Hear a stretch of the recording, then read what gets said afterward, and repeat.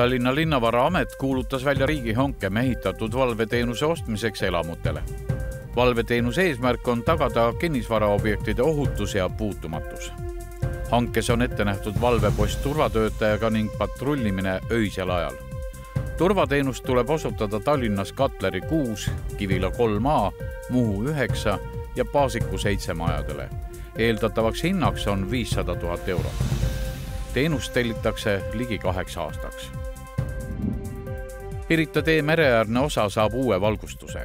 Lisaks bussiraja ehitamisele uuendatakse tänavavalgustust ligi 620 000 euro eest.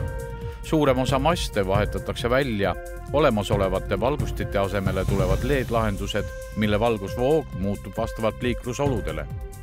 Ohutumaks muutuvad ka Pirita tee ülekäigurajad. Liiklusohutuse tõstmiseks paigaldatakse neile erivalgustus. Ehitustööd lõpevad plaanide järgi järgmise aasta märtsis.